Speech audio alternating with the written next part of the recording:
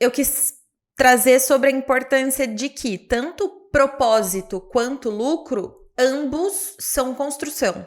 Do jeito que a gente trouxe aqui no início, talvez propósito versus lucro soa como se uma empresa já começasse com o seu propósito definido e que lucro fosse um reflexo natural e imediato do esforço empregado. Só que nenhuma das duas coisas é rápida e talvez muito menos contínua. Eu acho que o propósito ele é uma maturação daquela fagulha que a gente tem, né? Aquela emoção, aquele sentimento, aquele desejo, aquela vontade de fazer algo, seja porque nos preenche de alguma forma ou porque proporciona para o outro alguma coisa muito, enfim, satisfatória ou boa, enfim. E aí, neste caminho, o propósito da tua empresa vai sendo formado. Lembrando que propósito não é estático, ele vai se lapidando, ele vai se ajustando, muitas vezes ele pode até mudar de acordo com talvez a jornada que você trilhou enquanto empreendedor, empresário, e aí isso vai se ajustando ao longo do caminho. Bem como a construção do lucro acontece conforme o passar do tempo da sua empresa e da melhoria das estratégias, das análises que você vai fazendo. Eu gosto sempre de trazer assim, tipo, para uma realidade, porque às vezes a gente começa a falar blá blá blá blá blá blá, quem tá de fora pensa, nossa, tipo, isso tá muito distante de mim.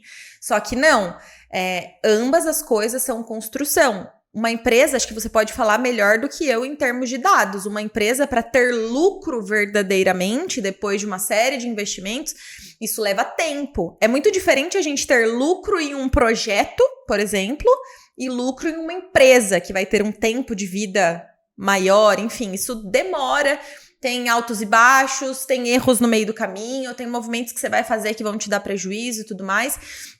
E por que eu falo que o propósito é tão importante? Porque muitas vezes é o propósito definido que te mantém e que te faz ser resiliente e que te faz voltar ali no prumo para reestruturar o que precisa ser reestruturado para que você almeje o lucro. Esse é um ponto. Para que você consiga o lucro. Esse é um ponto. E outro ponto que eu queria trazer é o seguinte. A gente sempre precisa ter um destino, tanto para o nosso propósito quanto para o nosso lucro. Tipo, o propósito não pode ser uma promessa vazia que não tem aonde vai chegar ou por quem a gente está fazendo o que a gente está fazendo. E aí, quando a gente fala de propósito empresarial, é claro que num certo nível de maturidade da nossa empresa, a gente já sabe a diferença que o nosso movimento faz na sociedade. E algumas vezes a gente vai ter empresas que nunca vão chegar nesse nível de pensar, pô, eu vendo bolo. Qual o impacto que o meu bolo faz na sociedade? Tá tudo bem, pode ser que você nunca chegue a pensar nisso.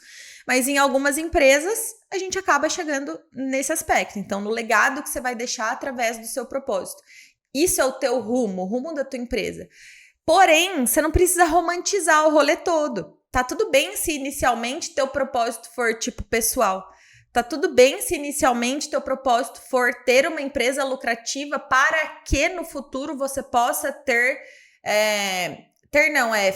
proporcionar para sua família mais estudo ou X, enfim, óbvio, não esquecendo de viver o presente, porque a gente pode fazer isso no presente. E para o lucro a mesma coisa, o lucro precisa ter um destino.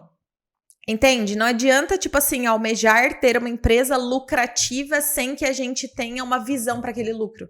Perfeito. Tanto pessoalmente falando, quanto para o crescimento do negócio, quanto para a contribuição na sociedade, que é aí onde a gente chega à amarração do tema que a gente trouxe inicialmente. Faz todo sentido. Então, vou começar de trás para frente. A questão do lucro é muito até na questão do viés pessoal também. Toda vez que a pessoa... Quem tem dificuldade de guardar dinheiro na pessoa física, provavelmente você não tem um objetivo por dinheiro. Porque quando você tem um objetivo muito claro daquilo que você quer, você vai renunciar a algumas coisas que vão tirar o foco daquele dinheiro. Então, se você tem, beleza, é viajar, o meu sonho é viajar para o exterior, para o país tal, para Disney, fazer tal coisa. Se é um sonho que é muito latente, muito ardente dentro de você, e você se comprometeu em guardar R$500 por mês, no dia que você tiver que gastar os R$500 ou guardar, você vai falar, não, é muito importante para mim viajar, então eu vou guardar.